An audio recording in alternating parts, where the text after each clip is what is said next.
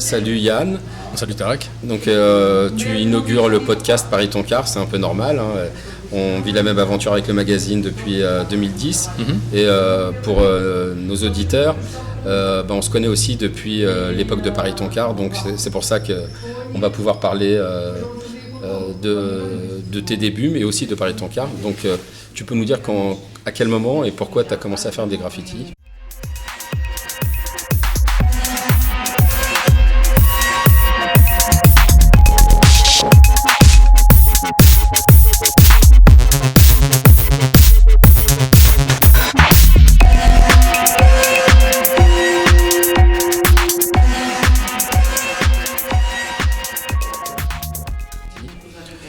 Alors moi, de quoi c'est venu? Bon, j'avais forcément été marqué par HIP qui passait à la télé, où il y avait du graffiti, plus l'arrivée de toutes les musiques black américaines qui partaient de New York et où le graffiti devenait très, très important.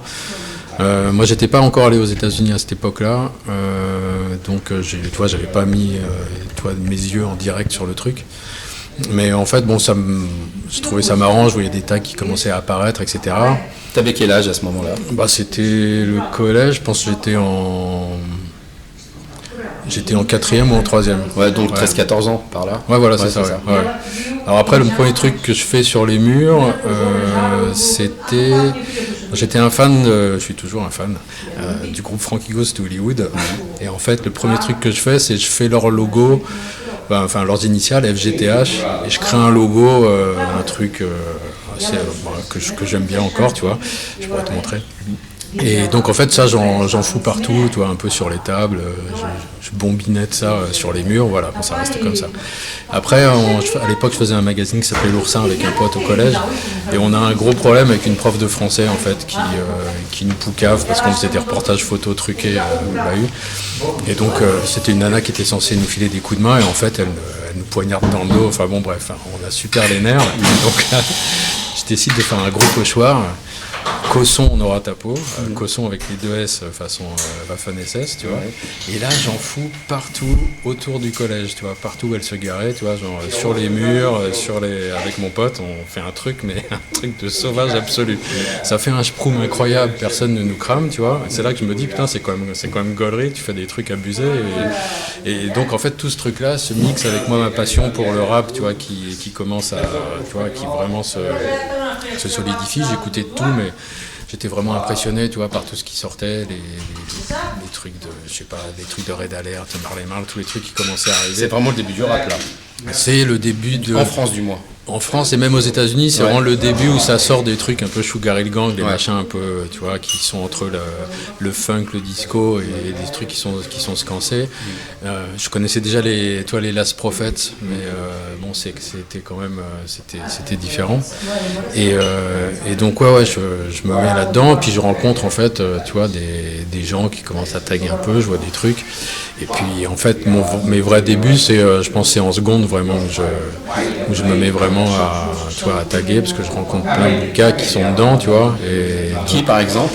Il y avait mon pote Speak qui était très très bon, tu vois, qui était un pur dessinateur, qui faisait des b-boys incroyables. Après il y avait tous ses potes, tu vois, il y avait Delight qui taguerait à l'époque. Qui taguerait, absolument, ouais.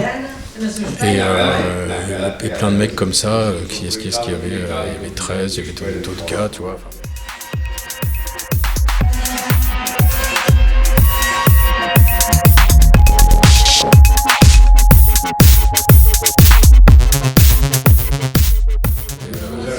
C'était une émulation, on s'entendait bien, c'était marrant, tu vois, on sortait pas mal, et puis tout ce qu'on faisait en fait, c'était aller à la Cernam dans le 13e, taguer les rues, à essayer d'étendre, tu vois, nos poussées d'adrénaline à d'autres arrondissements et mettre nos blazes un peu partout, tu vois, tester des encres, se ruiner les mains, avoir des starters, passer chez Ticaret, tu vois, c'était... Alors dans mon souvenir, tu avais un starter Raiders. Je l'ai toujours. Ouais, tu l'as toujours, ouais. Je l'ai toujours. Et pourquoi ce starter par exemple, moi j'ai un copain, il avait les Dolphins, et moi j'aimais bien les Raiders aussi, mais pourquoi toi tu avais le starter Raiders? Ça te parlait déjà Alors moi en fait, tous les sports américains, j'en ai vraiment rien à foutre, tu vois.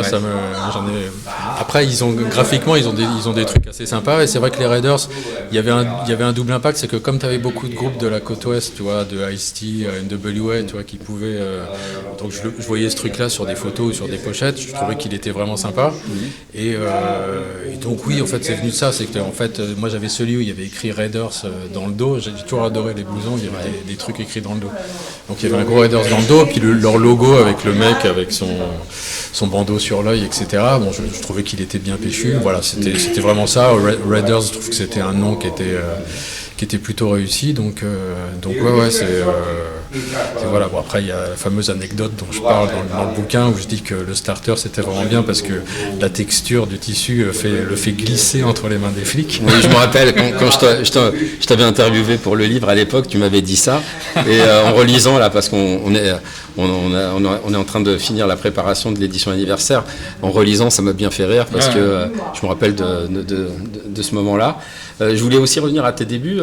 Quand tu dis, tu as commencé en faisant des pochoirs, en faisant autre chose que du tag à l'américaine, entre guillemets, mais autour de ton collège, est-ce qu'il y avait des tags identifiés comme tags, en fait? Alors écoute... Est-ce que tu t'en rappelles ou t'en as des vagues souvenirs? C'est vraiment des vagues souvenirs. Non, je me souviens pas vraiment de trucs particuliers. Tu vois, c'était plus ensuite des choses qu'on pouvait voir... tu vois, près des trucs qui étaient des ébauches de terrain ou des machins comme ça, mais c'est vrai que c'est une émulation qu'on a eu assez, tu vois, tous ensemble. Puis en fait, il y avait mon pote Julien, là, Speak, qui était vraiment passionné par ça. Je te dis, c'était un grand dessinateur qu'il est toujours d'ailleurs, même s'il a pas, tu vois, il est sorti du truc graffiti et tout ça, mais c'était vraiment un mec hyper talentueux. Et donc en fait on s'est émulé comme ça, et puis quand ça a vraiment explosé, tu vois, à partir de 85-86, tu vois, dans les rues, là c'est vraiment que ça s'est étendu. Là c'est devenu vraiment important, quoi. Et t'es allé sur la petite ceinture, parce que toi t'habites pas loin de la petite ceinture. Est-ce que t'as vu des choses à cette époque-là déjà sur la petite ceinture? Nous oui, on allait sur... Là, comme je suis du 14e, il y avait la chance d'avoir le terrain de mouton, où on allait de temps en temps. Mais il n'existait pas encore. Moi, je te parle vraiment de la petite ceinture avant 86 du moins. La petite ceinture, nous, on y allait pour aller dans les katas. Oui, c'est ça. C'est un des passages des katas. Donc en général, c'est vrai que même si je suis du 14e, on rentrait pas par le 14e. On passait par la Cernam. Enfin, c'était souvent aussi parce que ça fédérait des potes, tu vois, qui venaient, tu vois, d'Ivry, du 5e, du 13e. C'était l'entrée tranquille, tu vois. Puis bon, ça nous... Je sais pas, c'était une tradition.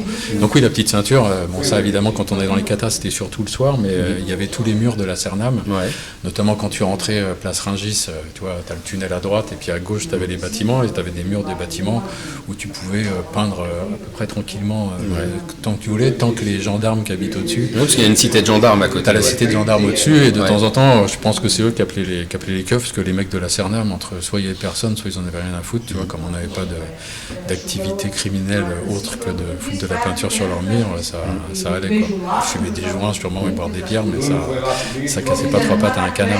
Et tu as commencé à taguer coke à quel moment? Écoute, moi en fait, tu vois, toujours en lien avec LGTH, mon premier tag c'était O'Toole. O'' T2OLE. Donc en fait c'était pas galvanisant à faire, toi. Enfin, au début je trouvais ça marrant, puis après c'est pas facile à faire non plus. C'est pas facile à faire pour que ça soit joli, tu vois. Bon, t'as 3 hauts, bon, tu peux s'il y avait trop de hauts. Ouais, c'est un peu chiant à gérer. Et donc en fait après je me suis dit il faut que j'essaie de trouver un truc qui tu vois, soit assez compact et en même temps, tu vois, qui ait de l'impact. Et donc en fait j'ai trouvé Coke. Parce que tu avais l'ambiguïté entre la contraction de Coca-Cola, tu vois, qui est sur leurs canettes et sur tous leurs produits dérivés, et aussi le coke qui est un résidu industriel, tu vois, donc en fait tu avais le truc qui salit, et le truc qui est vraiment un peu qui faisait la liaison avec la masse, les cultures de masse américaines et les produits de grande consommation, tu vois, et donc ça m'a fait marrer. Et donc voilà, c'était Coke. Et puis après, bon, j'ai rajouté Coke-Star parce que je me disais 4 lettres, des fois c'est trop court, donc on va mettre Coke-Star, c'est plus rigolo, quoi. Et le groupe KGB, tu peux nous en parler? Parce que c'est un lien avec le KGB soviétique, ou c'est la question qu'on pourrait se poser? On n'avait pas de lien officiel. Moi j'avais une grande fascination pour toute l'imagerie soviétique, et bon, tu vois... je commençais déjà à être très sensibilisé aux idées communistes, donc ça me faisait marrer. Puis c'est vrai que c'était toujours, tu vois, quand tu disais KGB aux gens, c'était toujours un truc qui effrayait. Tu vois, à la CIA, on avait l'impression que c'était des petits moutons gentils qui te donnaient des gâteaux. Parce que c'est la période de la guerre froide encore. C'est encore la guerre froide, effectivement. Donc KGB, ça nous faisait marrer. Puis on avait trouvé cruel Gore Boys. On était à fond dans le cinéma gore, tu vois, avec les débuts des films comme ça entre Bad Test et des trucs comme ça qui nous avaient marqué, quoi. Street Trash aussi, je crois. Je pense que c'est à peu près la même période. Je crois pas me tromper. Donc oui, c'était pas mal. Donc oui, il y avait un lien, tu vois, dans...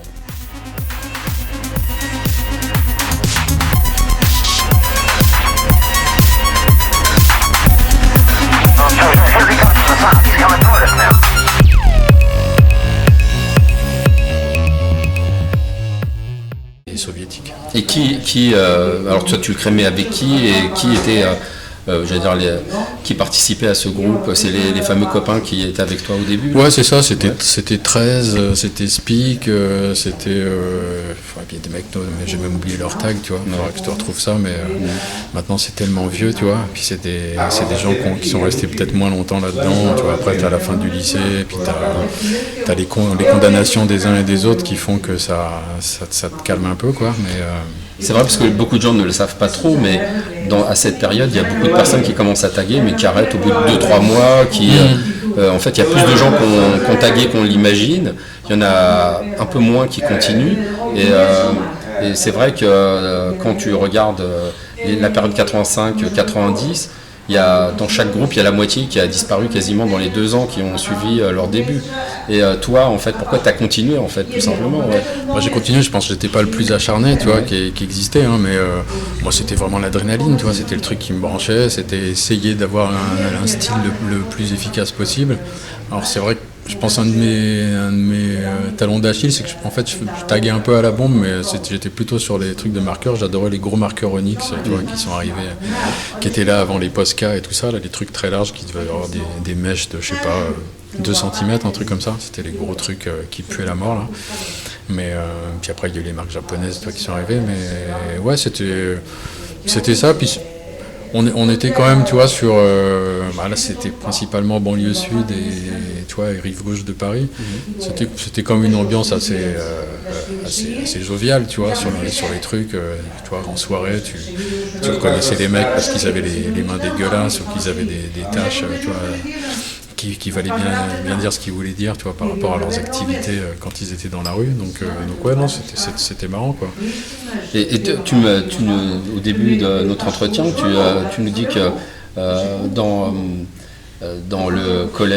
ton collège, donc tu as commencé là avec des copains qui sont partis dans un autre lycée après, et il y avait donc Ray qui était bien Delight après, qui était à Lavoisier. Ouais. Est-ce que quand tu le rencontres, ça accroche tout de suite? Écoute, je le vois chez des bottes. Moi, je me souviens de Pascal, qui était déjà un gros fumeur quand il était petit, tu vois. Il me faisait marrer parce qu'il était toujours tout rouge. Il avait le visage tout rouge. Je sais pas, ça lui réussissait pas, mais bon, ça arrive. Mais oui, puis après, toi, tous les gars qui étaient là, tu vois, ou les AEC, etc. Je me souviens, quand on faisait des soirées assez souvent, toi, dans le 5e, il y avait quand même beaucoup de AEC qui étaient dans le coin. Ça, c'est bien après. Ça, c'est bien après, tu crois? Ouais. Oui, les AEC, c'est quasiment 90, je pense. D'accord, écoute, c'était les prémices, alors tu vois, il y avait les gars qui traînaient vers Place Monge et tout ça. Ouais, mais ils n'étaient pas ensemble, je pense qu'ils étaient encore éparpillés dans des groupes différents. Quand il y avait des soirées dans ces coins-là, tu vois, sur un peu autour de la Contrescarpe, tu vois, qui restait nous, un peu tout ce qui était autour de nos bahuts, parce qu'il y avait quand même pas mal de gens des bahuts qui venaient du quartier, tu vois. Et donc c'est vrai qu'on se croisait dans ces contextes-là, tu vois. Ouais, mais parce que tant que dans mon souvenir, quand moi j'ai rencontré Delight, Ray, c'était de l'histoire ancienne. Ah oui, c'était et lui, il était pas encore dans ce groupe-là. C'est vraiment arrivé. T'as peut-être raison. Mais ils se connaissaient tous avant. Oui, ils se connaissaient avant. Voilà, c'est ça. Ouais. Après, c'est tout problème, tu vois, tu traînais avec des gens, puis tu finissais, tu vois, comme ça, tu créais un groupe, ou tu te rattachais à un groupe, tu vois, comme à un moment où j'étais 41C, tu vois, parce que c'était des potes à moi pour plein d'autres raisons, tu vois. Et alors, toi, tu as aussi un cas particulier.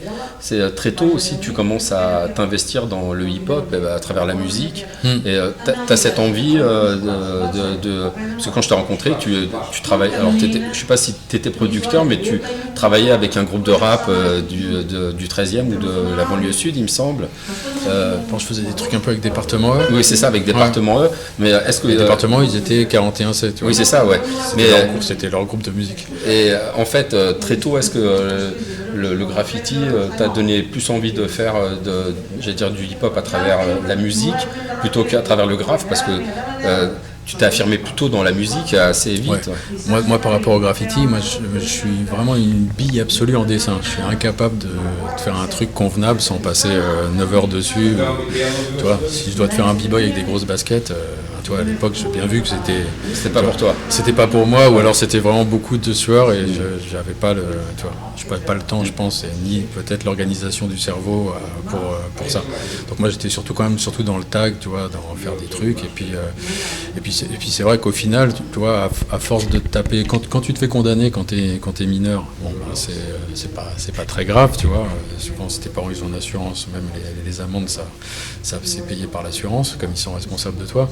Mais après, toi, dès que tu deviens majeur, toi, tu dois aussi faire des choix. Enfin, on s'est connus à la fac, donc il y avait la fac, il y avait les trucs, il y avait les petites copines. Enfin, tu vois, t'as plein de trucs qui viennent te dire, c'est soit je me mets à fond là-dedans, et c'est quand même compliqué, tu vois. Soit je continue aussi d'autres activités. Et bon, là, faut faire aussi des choix. La musique, c'était un petit peu différent, tu vois. Mais là, pour le coup, j'étais pas non plus musicien, même si j'ai une formation musicale. Donc c'était essayer d'organiser des choses avec des gens, essayer de voir des trucs si ça peut avancer ou non, quoi. Mais oui, ça a toujours été mon truc, tu vois. Même quand on était au tout début des Cruel Gore Boys, là, tu vois, en fait, on avait 13 qui habitaient dans l'immeuble où Pablo Master et No Smoke, tu vois, avaient de Youthman Unity, qui était un gros sound system à l'époque. Ils avaient leur studio et d'autres activités là-bas, tu vois. Donc c'était pareil, tu vois, là, on était en extase parce que, tu vois, on pouvait faire des tracks pour leur soirée, des trucs comme ça, qu'ils étaient sympas, et puis que, mais bon, donc t'avais vraiment la musique qui était là, tu vois, que ça soit le rap, évidemment, le raga hip-hop, tu vois, qui se sont greffés dessus et qui étaient des gros phénomènes ici en Angleterre, quoi. Ouais, en plus, Pablo Master, à Radio Nova, il animait une émission, et je me rappelle, il commençait son émission dédicace à tous les pénitenciers. Je sais pas si tu t'en rappelles. Je me souviens. Et donc c'est vrai que c'est une période assez particulière où il n'y a pas de frontière très bien définie entre le rap, le raga, le reggae, la funk, tout est un peu... Ouais, c'est ça, c'est une grande famille, tu vois, qui se croise, il n'y a pas de... En plus, peut-être qu'il y a moins de jalousie qu'il peut y avoir déjà qui naissent dans le graffiti, tu vois, où il y a des fois des histoires qui commencent à arriver, tu vois, qui sont pas forcément glorieuses, ou en tous les cas les points de départ sont un peu décevants, quoi, ou navrants. Mais oui, la musique, et puis c'est vrai qu'on est encore dans dans le mouvement hip-hop, c'est-à-dire le truc où tu as le graffiti, la danse, tout est lié, ouais. Le DJing, le MCing, tu vois, c'est une grande culture, tu vois, qui a une croissance exponentielle, tu vois, et qui se retrouve devenir un phénomène de société, tu vois, pour qui arrive à voir ça sans un regard de petit bourgeois raciste, quoi. Ouais. Et quand tu commences à t'intéresser à ce mouvement, est-ce que tu vas du côté de Trocadéro, tu sais, dans des spots un peu hip-hop qui sont le Trocadéro, la dalle de Montparnasse? Alors un peu la dalle de Montparnasse parce que c'était pas loin, tu vois. Ouais. Après, je t'avoue que nous, on était plutôt sur des trucs Java ou aller, tu vois, je sais pas, choper de la bœuf. Même si moi je fumais pas beaucoup, j'étais un grand amateur d'aller choper des trucs avec mes potes. Je trouvais ça très marrant. Bon, bref, voilà, on a les amusements qu'on a, tu vois. Mais non, c'était pas forcément aller voir les mecs peindre et tout ça. Alors j'avais des potes qui étaient plus là-dedans, tu vois. Moi, je pense que c'est du fait de ma vie sociale qui était quand même très très multiple, tu vois, avec plein de types de. Tu vois, je voyais pas que des. Tu vois, j'ai jamais été exclusif dans mes relations. Je voyais pas que des mecs qui écoutaient du rap, que des mecs qui faisaient du graffiti. Tu vois, j'avais plein de groupes de potes. Et tu vois, si je voulais faire tous les trucs que j'aimais bien, tu vois, jusqu'au parti de tarot, je pouvais pas passer tout mon temps là. Mais bon, oui, j'ai passé de temps en temps, tu vois, à Montparnasse, effectivement. J'ai fait une fois les palissades des machins comme ça, mais c'était.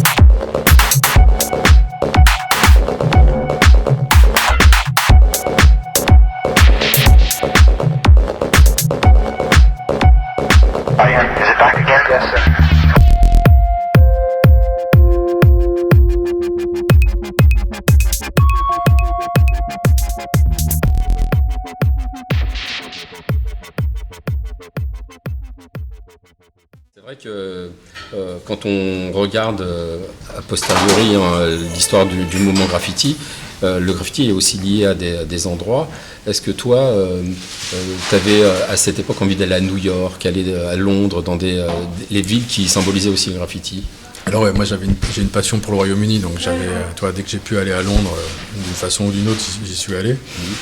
Donc oui, à Londres c'était très présent, puis tu avais une scène hip-hop qui était hyper hardcore, qui a décollé beaucoup plus vite qu'en France, avant que le soufflet retombe, parce qu'il y avait plus de censure politique dans les médias, en tous les cas dans tout ce qui était radio que là-bas, mais oui, voilà. Après les États-Unis, moi j'y suis allé la première fois en 80... quelle année, 85 ou 86, J'y suis allé finalement assez tôt, mais je suis pas allé à New York, toi. T'étais à Chicago, non, c'est ça? Non, la première fois où je suis allé, c'était à San Francisco. Ah oui, non, il y en avait pas encore là-bas. Non, San Francisco, c'était pas... toi, ça reste une petite bourgade, tu vois. Donc, même si c'est pas loin de Los Angeles, c'était quand même plus un truc de hippie, tu vois, on va dire. Donc t'avais quelques trucs, c'était pas du tout absent. Auckland, en fait, où c'était visible, mais... Auckland, qui était en face, qui est juste à côté, mais ouais. Mais non, là, ces trucs-là, alors par contre, effectivement, dès que j'ai pu aller là-bas, je revenais avec un nombre de cassettes audio adolescentes. Tous les trucs, je faisais des razzias, et d'ailleurs, c'était le truc qui était...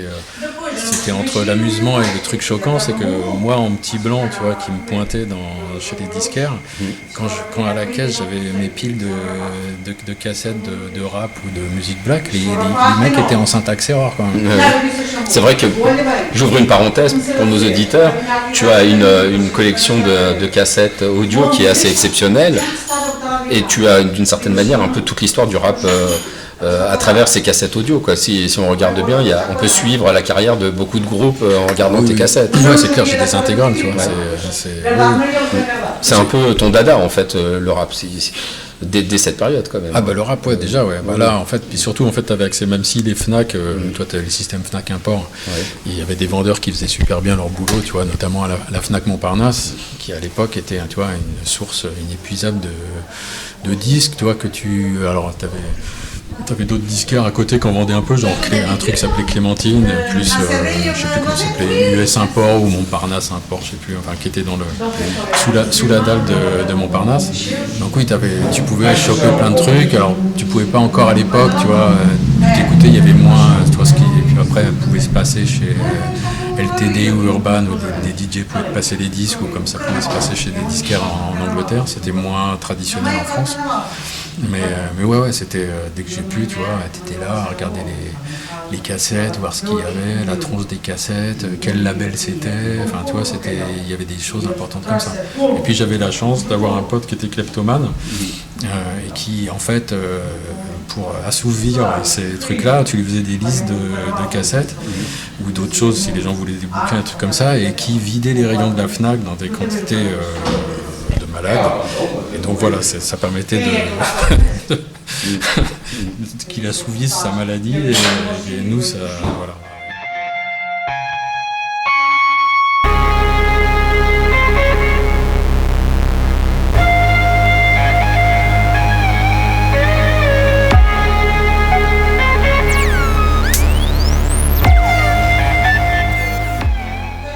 Tu te rappelles du moment où ton premier graphe sur mur à la bombe, la première fois que tu peins vraiment, soit un lettrage, soit un perso, mais ton premier graphe, quelque chose qui n'est pas du tag? Alors, je pense que c'est à la Cernam, justement, à la Syringis. C'était laid. Ouais. Le premier n'est jamais une réussite, non, on le sait, mais... C'est clair, non, mais si tu veux, en fait, le truc qu'il y a, c'est que toi, quand à côté, il y avait justement mon pote Speak qui faisait un truc déjà qui était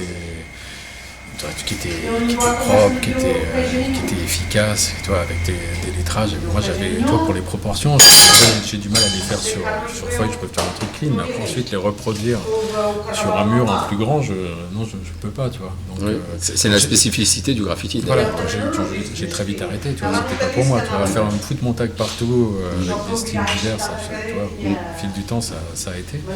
Mais oui, non, j'ai vraiment pas persévéré à cause de ça. Alors peut-être si on avait été tous mauvais ou médiocres, on aurait peut-être progressé tous ensemble. Là, il y avait trop, toi, c'est comme pour la danse hip-hop. Quand j'étais au collège, il y a des mecs de mon collège qui n'étaient pas d'ailleurs des mecs tu vois, qu'on appréciait beaucoup, tu vois, qu'on gagnait à chipper, à choper. Ouais. Et tu vois, bon, j'ai vu qu'effectivement ils étaient très forts, moi aussi qui dansouillais dans la cour et tout ça, ça servait à rien. Voilà.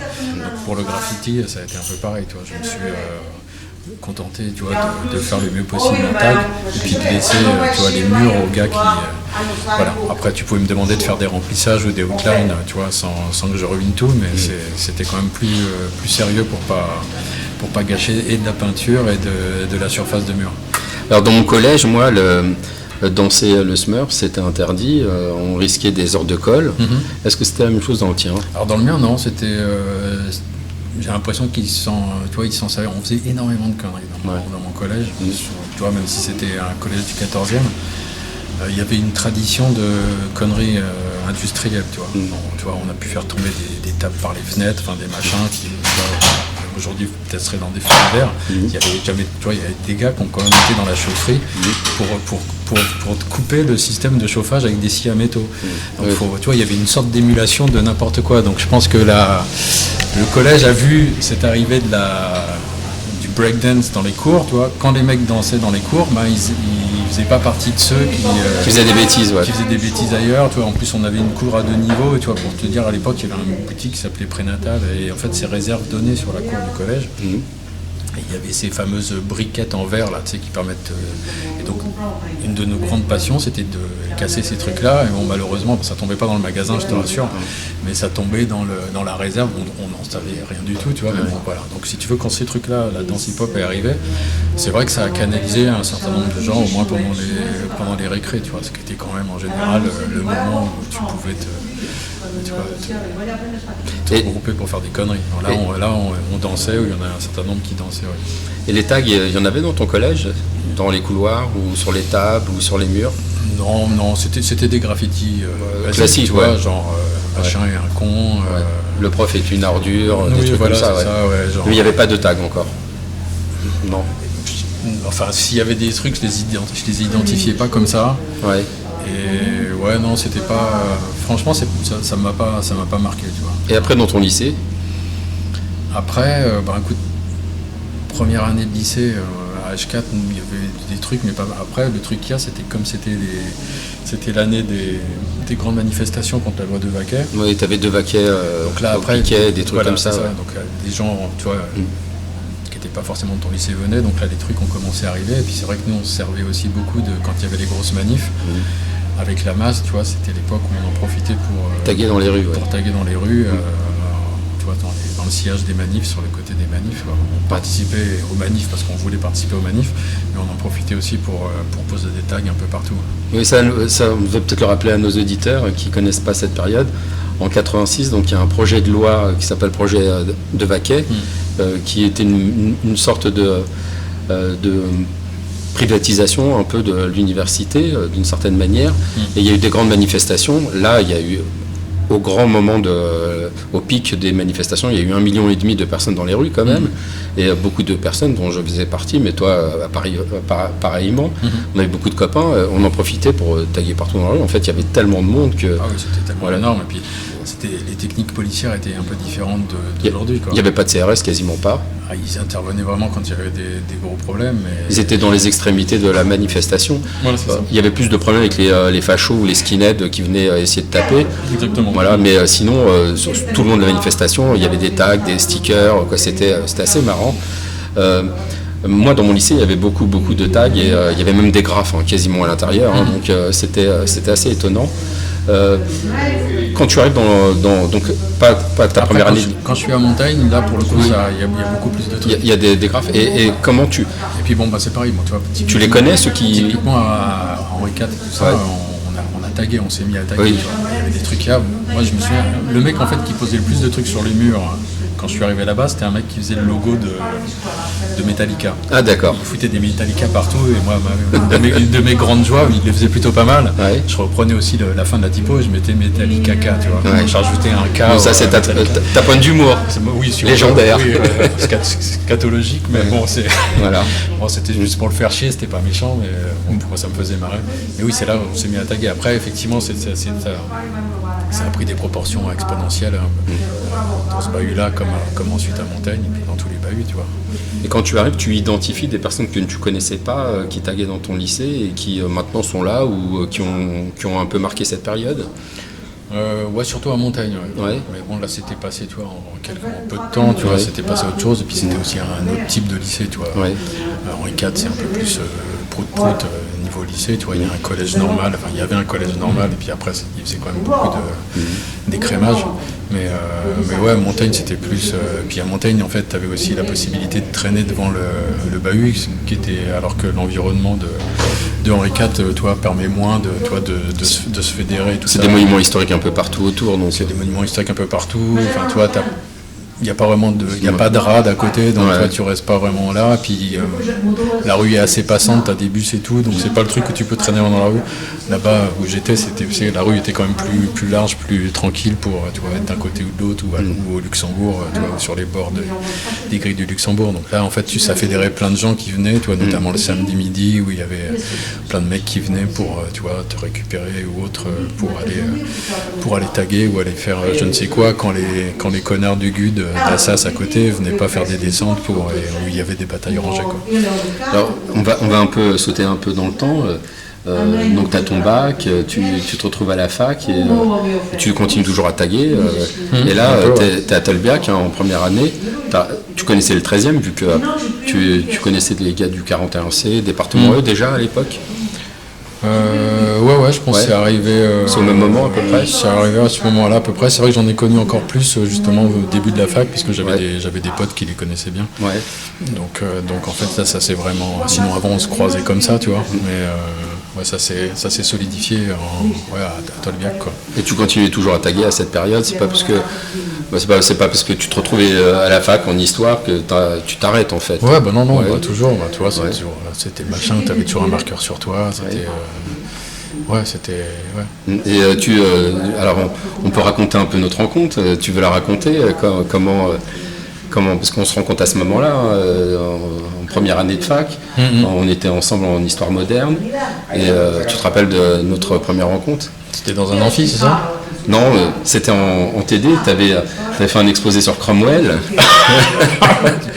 Je m'en souviens, mais tu vois, tu me l'aurais pas dit, je m'en serais pas souvenu. Ouais. Et en fait, tu avais ta nameplate et il y avait écrit Coke. Tu avais ta nameplate qui était un peu visible. Oui, c'est vrai que je l'ai toujours, ma nameplate. Ouais. Et donc, c'est à ce moment-là, je te branche parce que moi, je suis déjà en train de travailler sur Paris Toncar.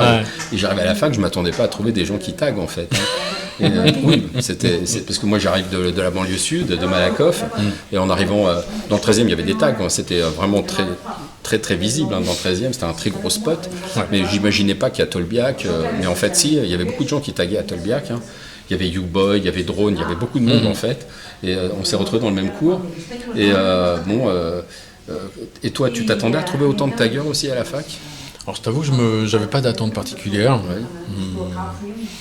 Ça m'allait très bien, tu vois. De toute façon, là, c'était une fac qui n'était pas bien entretenue, donc c'est vrai que autant mettre des tags que de voir la déliquescence de la peinture et tout ça. Donc oui, après c'est vrai que c'était intéressant, et puis ça montrait, tu vois, l'essor que ça avait pu prendre et l'intérêt que ça générait chez les gens, quoi. En plus, nous, on était dans une fac particulière. Tu te rappelles, il y avait la salle B1202 là, qui était un espèce de squat de punk. C'est inimaginable maintenant. C'est quand on a le discours ambiant là, on se rend pas compte qu'à cette époque, il pouvait y avoir des squats à l'intérieur de la fac avec des mecs qui picolent des bières. Oui, c'est vrai qu'il y avait ça. Bon, après, ça restait quand même assez bon enfant, tu vois. Il n'y avait pas... les facs, à cette époque-là, même l'ambiance était plus apaisée, même c'est pas pour ça que les mecs étaient moins militants et moins... C'était très politisé, aussi. C'était très politisé, mais c'était peut-être, tu vois, il y avait... Mais politisé dans le vrai sens du terme, c'est-à-dire c'était des vrais enjeux politiques. C'était pas... sur le sexe des anges, quoi. C'était sur sur la société. Il y avait moins de tralala sociétaux. Il y en a qui sont importants, il y en a d'autres, ça peut prendre trop de place. Et effectivement, c'était des trucs très politiques, très, très, très sociaux, tu vois, par rapport aux problèmes qu'on rencontrait déjà à cette époque-là. Les 30 Glorieuses, c'était fini. Et puis déjà, les 30 Glorieuses, c'était pas la panacée, mais alors là, c'était fini. Et à ce moment-là, donc, t'es plus proche des 41C, qui est un groupe quand même assez visible dans le 13e. Est-ce que tu fais des sorties avec eux? Comment ça se passe? Des fêtes, mais non, pas plus que ça. Je voyais toujours aussi mes potes, tu vois, même si on n'était plus dans les mêmes bahuts ou fac. Donc on faisait toujours des trucs comme ça, tu vois. Et puis, alors je me souviens plus en quelle année, la dernière fois que je me suis fait condamner, mais au bout d'un moment, tu vois, parce que j'ai dû faire, je sais plus combien j'ai fait. J'ai peut-être fait 200 heures de TIG de soutien scolaire à Bondy. Et je t'avoue que ça commençait à me lasser, quoi.